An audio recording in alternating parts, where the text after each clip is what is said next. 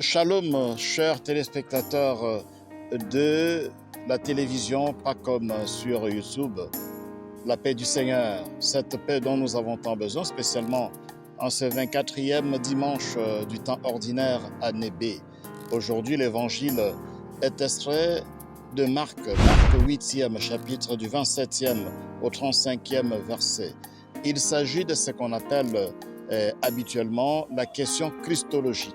C'est-à-dire le Christ pose la question à ses apôtres. Pour les gens, qui suis-je? Il y a une série de réponses. Certains disent que Jésus c'est Jean-Baptiste, d'autres disent que c'est un prophète qui est revenu. Et finalement, la question est posée aux apôtres. Et pour vous, qui suis-je? Qu'est-ce que vous dites à propos de moi? Dit Jésus. La réponse de Pierre, qui est le porte-parole de cette communauté de 12 apôtres, est très très importante. Parce que c'est une réponse qui révèle la messianité de Jésus. Pierre qui dira, tu es le Messie, tu es le Christ, tu es le Fils de Dieu. Tout est dit. C'est ça l'identité de Jésus. Seulement, il faut préciser, pour Jésus, que signifie être Messie? À l'époque de Jésus, il y avait plusieurs conceptions du messianisme. Il y en a qui attendaient le Messie davidique, au sens strict du mot, c'est-à-dire un Messie qui ferait comme David. Un Messie qui serait le chef, qui serait le roi du pays, comme David le fit à l'époque de l'Ancien Testament. Il y a d'autres qui s'attendaient à un Messie qui serait prêtre, un Messie qui va prester au temple, un Messie qui devrait faire ses preuves, notamment à travers le miracle du temple, c'est-à-dire monter sur le pinacle du temple et puis tomber à partir du pinacle jusqu'en bas sans se faire fracturer. Le miracle qu'on attendait du Messie sacerdotal.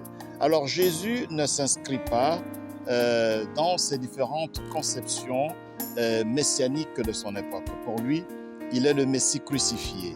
Il n'est pas un Messie au sens politique du mot qui dirigerait les pays, qui prendrait les pouvoirs politiques. Il n'est pas non plus un Messie prêtre comme certains le voulaient à l'époque, mais il est le Messie crucifié.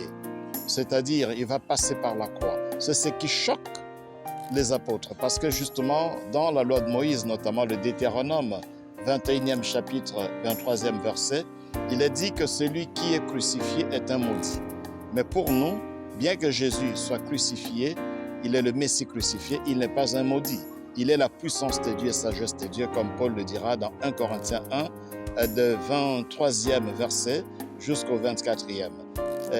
Nous proclamons un Messie crucifié, scandale pour les Juifs, folie pour les païens, mais pour nous les chrétiens, nous qui croyons en Jésus-Christ, la croix est le lieu de la manifestation de la puissance de Dieu et de la sagesse de Dieu.